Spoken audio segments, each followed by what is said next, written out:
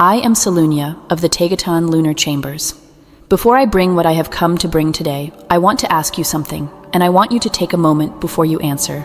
Let your shoulders drop, not because something alarming has arrived, but because I want to speak to the part of you that has been holding them up for longer than you have noticed. Let the jaw soften, let the hands uncurl. What I am bringing through today does not require bracing. What it requires is the particular kind of open reception that becomes available only when the effort of being ready is released. I want to begin with a lake, a specific kind of lake, one that has been stirred.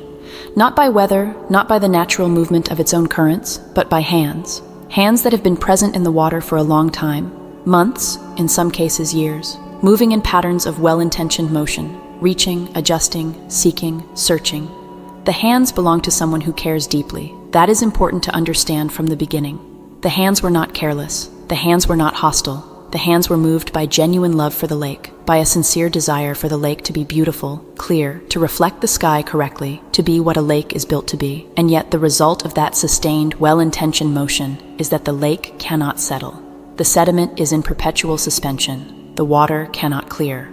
The sky cannot be reflected, not because the lake is broken, not because the lake is insufficient, because the conditions for settling have not yet arrived. That lake is the human vessel, and what I have come to bring through today is the specific reading of what tranquility restoration actually requires from the body that is too tired to pretend it is not tired. The Moonlit restoration current of the Taygetan Lunar Chambers has been reading this transmission window for some time.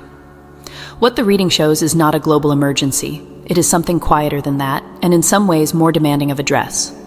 What it shows is a wave of depletion across the awakening population that has been accumulating long enough and running deep enough that the standard instructions for rest are not reaching it. The souls most affected are not the ones who have abandoned their practice. They are the ones most committed to it, the ones who have been showing up with the most consistency and the most integrity. The ones who, in the full honest inventory of what they have done and who they have been in this passage, have very little to correct, and they are running on something very close to empty.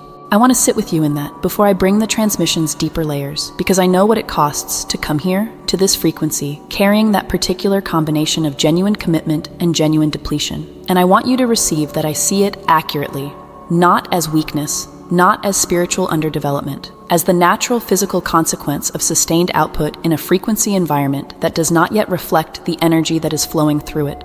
Notice, if you are willing to notice, whether something in you just exhaled at being named. That is not incidental. That is the body recognizing accurate contact. And when the body does that, the reception that follows carries the signal at a different depth than when the mind is the only thing in the room. The body's recognition of truth has a texture that the mind's recognition does not. Let that recognition stay. I want to name what you have been feeling, and I want to name it specifically, not generally, because general naming produces general relief, a brief loosening of the held tension, followed by a return to the exact same position. Specific naming does something different. It reaches the layer that has been waiting to be seen at its actual texture. The sudden fatigue that arrives mid-afternoon, not the fatigue that tracks logically back to poor sleep or physical exertion, but the one that appears without a source. You were functioning, you were engaged, and then, without warning, something in the vessel simply put down what it was carrying. Not from laziness, from a kind of honest admission the body makes when the ongoing override of its actual state has finally reached the limit of what the field can sustain without correction. The restlessness that appears in the evening after the day's motion has ceased. This one is particularly difficult to rest inside because it arrives precisely in the window designed for rest, and it brings with it a low-grade quality of urgency that has no object, no specific task calling, no specific fear available to name, only the body's continued insistence on processing something that the mind cannot identify or assist with. You have tried to name it. You have tried to trace it back to its source. And the tracing has not resolved it, because the processing happening in those evening hours is not cognitive. It does not yield to cognitive tools. It is the field reorganizing itself in the only window available to it when the daylight hours have been fully allocated. The heaviness between the shoulder blades, the specific location of that weight, not in the lower back, not in the neck, but precisely there, in that specific geography of the upper back, is something I want to note as significant.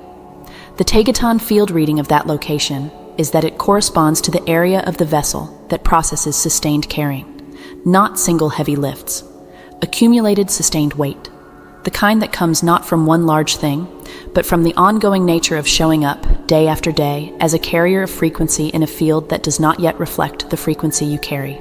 The weight there is not injury, it is history. It is the architecture of a vessel that has been doing exactly what it came to do, and has reached the point where it requires acknowledgement, not more motion. The new desire for silence that did not exist in you 2 or 3 years ago. This is one I want to spend a moment with, because the souls I am addressing in this transmission often interpret this desire with a quality of concern, as if the wanting of silence indicates something has gone wrong in the relational field, or that a kind of withdrawal is beginning that they should correct.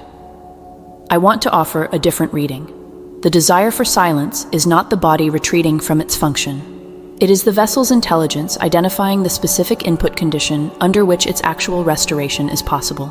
Silence is not absence. Silence is the specific frequency environment in which the deeper registers of the field can be heard and processed. When the vessel begins requiring silence, it is because it has finally begun to know what it needs clearly enough to ask for it.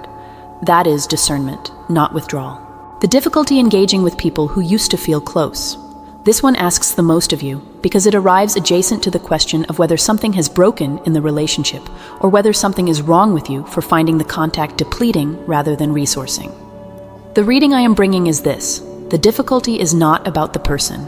It is about the vessel's current carrying capacity and the reality that genuine relational contact, real contact, not the performance of it, requires field resources that are currently allocated elsewhere.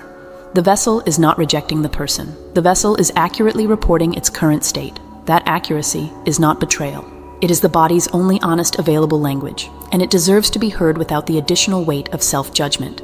You are not imagining any of this. What you are feeling is not anomaly, not dysfunction, not the sign of a spiritual regression. It is an accurate reading of a frequency environment that has been demanding more output than it has been returning in kind, for longer than most of the awakening population has been fully honest about with themselves. The specific loneliness of carrying a calibration that the room around you does not yet reflect, of knowing what you know, at the depth that you know it, without the external validation that would make that knowing feel less isolating, is a real cost.